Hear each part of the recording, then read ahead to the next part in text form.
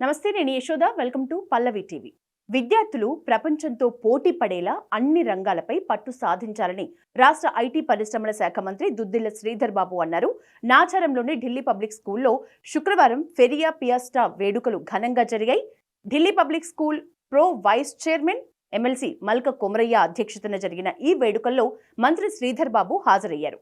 ఫెరియా ఫియాస్టా లాంటి గొప్ప కార్యక్రమాన్ని నిర్వహిస్తున్నందుకు ఢిల్లీ పబ్లిక్ స్కూల్ యాజమాన్యానికి ఆయన అభినందనలు తెలిపారు.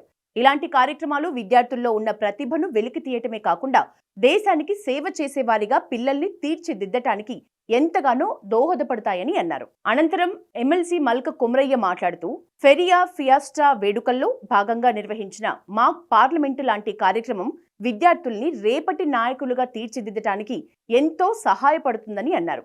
దేశ భవిష్యత్తు విద్యార్థులపైనే ఆధారపడి ఉందని, ప్రపంచంలో భారత్ 3వ అతిపెద్ద ఆర్థిక వ్యవస్థ గల దేశంగా మారబోతోందని అన్నారు.